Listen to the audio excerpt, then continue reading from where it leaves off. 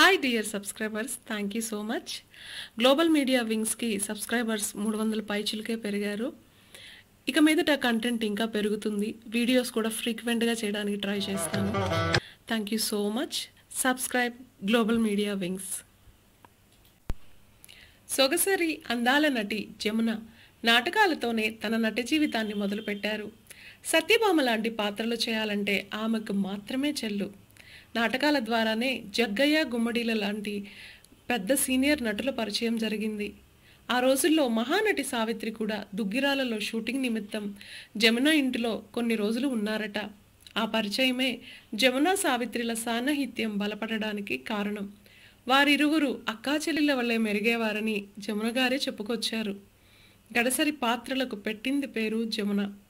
గుండమ్మ కథలో కూడా సరోజా క్యారెక్టర్ అనగానే ఆ సినిమా డైరెక్టర్కు ముందుగా గుర్తుకు వచ్చిన పేరు జమున గారిదే. గడసరి పాత్ర అయినా అమాయకపు అమ్మాయిగా అయినా చేయగలిగే జమున ముందుగా సినిమాలలో అడుగుపెట్టినప్పుడు ఆమెకు కలిసి రాకపోవడం వాస్తవమే. పుట్టినిల్లు ఆమెకు తొలి సినిమా. ఆ సినిమా సరిగా ఆడలేదు. ఆ తరువాత సినిమా చేయడానికి చాలానే సమయం పట్టింది. తర్వాతి సినిమాలలో చెల్లిగా సపోర్టింగ్ రోల్స్ చేశాక మెయిన్ హీరోయిన్గా కొనసాగే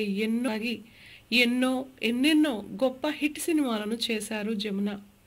మిస్సమ్మ, మూగ మనసులు, గులేబ కావలి కథ, గుండమ్మ కథ, నాది ఆడజన్మే, మొగుడు పెళ్ళాలు, శ్రీకృష్ణ తులాభారం.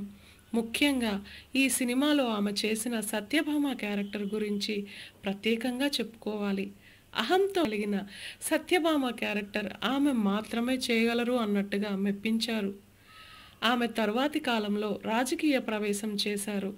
సావిత్రి, అంజలీదేవి తర్వాత జమున ఆ రోజుల్లో టాప్ హీరోయిన్గా చాలా కాలం కొనసాగారు.